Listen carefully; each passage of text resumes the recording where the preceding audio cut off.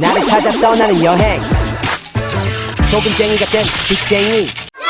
옛날에 아주 가난한 집에서 아빠와 엄마와 함께 살고 있는 아이가 있었어.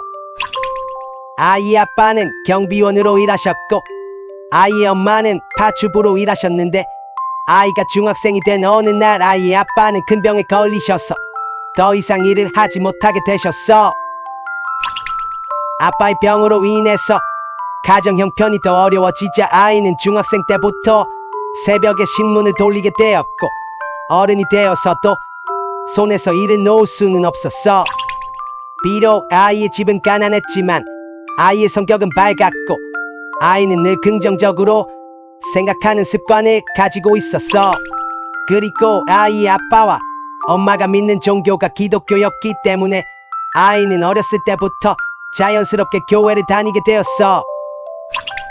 그런데 아이는 부모님 때문에 교회를 다닌 거지 스스로 원해서 교회를 다닌 게 아니기 때문에 아이가 중학생이 된 후부터는 아이는 자연스럽게 교회와 멀어졌어. 그렇게 시간이 지나서 어느새 성인이 된 남자는 세상이 너무 좋았어. 술이 너무 좋았고 친구가 너무 좋았고 노는 게 너무 좋았어. 남자에게 경제적인 여유만 있었다면 남자는 평생 그렇게 놀고 먹고 즐기는 인생을 살았을 거야. 그런데 남자는 경제적인 여유가 전혀 없었기 때문에 충분히 놀고 싶었지만 놀 수가 없었어. 남자는 놀 때는 너무 좋았는데 현실로 돌아왔을 때는 가진 것도 없고 이룬 것도 없어서 빈수레가 요란하던 남자는 늘 웃고는 있었지만 마음속으로는 늘 울고 있었어. 남자는 30살이 되었지만 취직도 하지 못했고 모아놓은 돈도 없었고 결혼은 꿈도 못 꾸고 있었고 아무것도 이룬 것이 없었기에 남자의 마음은 늘 초조했어. 그렇게 시간이 흐른 어느 날 남자는 되는 게 너무 없었어. 늘 답답한 마음을 가지고 있었는데 어느 날 아는 형의 권유로 인해서 교회를 다시 다니게 되었어. 남자는 어렸을 때부터 교회를 다녔기에 교회에 대한 거부감은 없었기 때문에 교회를 다니는 것이 그렇게 불편하지는 않았어. 그렇게 남자는 아는 형의 권유로 교회를 다니게 되었는데, 다시 찾아간 교회에서 담임 목사님께서 예배 전에 부르시는 찬양의 은혜를 받고 그날 이후부터 그 교회에서 신앙생활을 시작하게 되었어. 남자는 교회에 정식으로 등록했기 때문에 어떤 목장에 배정을 받게 되었고 그곳에서 열심히 신앙생활을 했어. 그런데 어느 날 같은 목장의 형이 남자에게 이런 말을 한 거야. 하나님께서는 너를 너무 사랑하시기에 너가 하나님께 기도를 드리면 하나님께서는 너의 기도를 다 들어주실 것이기 때문에 하나님을 믿고 기도를 하라고 했어.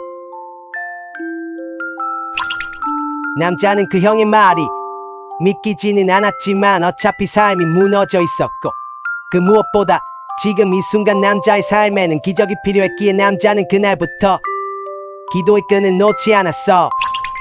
그런데 참 신기하게 남자가 기도를 한 후부터 남자의 삶은 급격하게 변해가기 시작했어. 남자가 하나님께 돈을 더 많이 벌게 해달라고 기도하니 더 많은 계약을 하게 되었어. 더 많은 돈을 벌게 되었고, 사랑하는 사람과 결혼을 하게 해달라고 기도하니 정말로 남자가 너무나 사랑하는 사람과 결혼을 하게 되었고, 사랑스러운 아이를 갖게 해달라고 기도하니 아내보다 더 사랑스러운 2명의 아이들을 갖게 되었어. 그리고 가족과 함께 교회에 갈 수 있는 차를 갖게 해달라고 기도하니 넓은 차를 갖게 되었고, 편안한 집에서 살게 해달라고 기도하니 그렇게 넓지도 않고 내 집도 아니었지만 가족이 아득하게 지낼 수 있는 집에서 지낼 수 있게 되었어. 남자는 하나님께 기도하는 것이 너무 좋았고 하나님께서는 언제나 남자의 기도에 응답해 주셨어. 아니, 남자는 그렇게 믿고 있었어. 그런데 어느 날 남자는 우연히 어떤 목사님의 설교를 듣게 되었는데 그 설교에서 나오는 예수님의 말씀과 남자의 삶이 많이 다르다는 것을 깨닫게 되었어. 남자가 생각하는 하나님은 남자에게 빛으로 살 수 있는 인생을 선물해 주시고 빛이 된 남자의 모습을 보고 다른 사람이 예수님을 믿게 될 거라고 생각했는데, 그 목사님께서는 예수님께서는 하나님을 믿는 우리가 이 땅에서 소금과 같이 자신이 죽어야만 다른 사람에게 맛을 낼 수 있는 사람이 될 수 있다고 말씀하셨어. 하나님을 믿고 빛이 나는 인생을 살고 싶었던 남자는 그 목사님의 설교를 듣고 자신의 삶이 많이 무너져 내렸다는 것을 깨닫게 되었어. 아니, 예수님의 말씀과 다르게 살고 있다는 것을 깨닫게 되었어.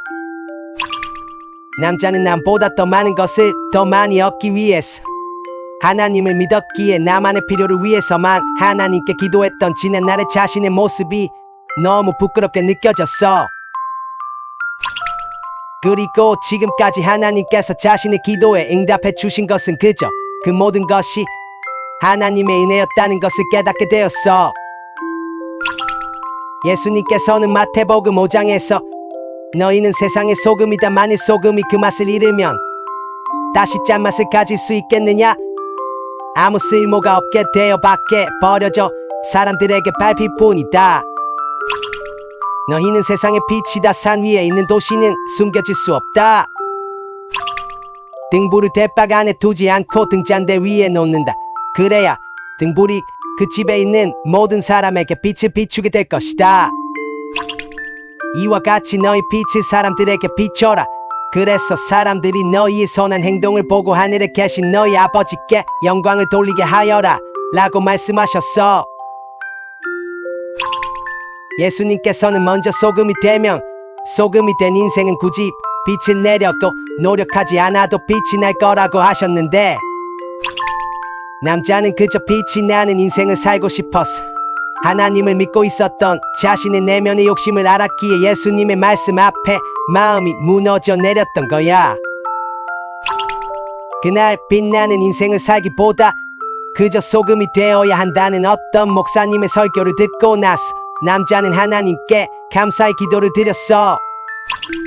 평생 더 많은 것을 얻기 위해서, 자신의 욕심을 채우기 위해서 단지 주술적인 목적으로만 하나님께 기도하다가 아니 하나님을 믿고 있다고 착각하다가 죽을 수도 있었는데,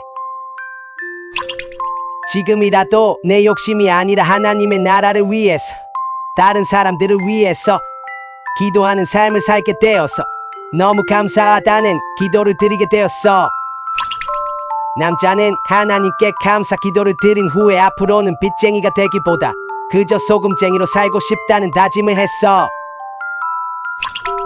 그날 이후 남자는 자신을 위해서는 기도하지 않았고 그저 자신이 해야 할 일에서 하루하루 최선을 다하면서 다른 사람에게 선행을 베풀고 복음을 전하면서 여생을 보냈어.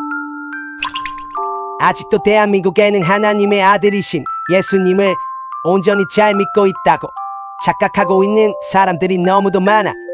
오늘 이 시간 이후부터는 다른 사람 말고 너와 내가 빚쟁이가 아닌 소금쟁이로 살았으면 좋겠어. 나를 향한 예수님의 사랑 이야기. 내 인생의 유일한 반전 오직 예수 그리스도.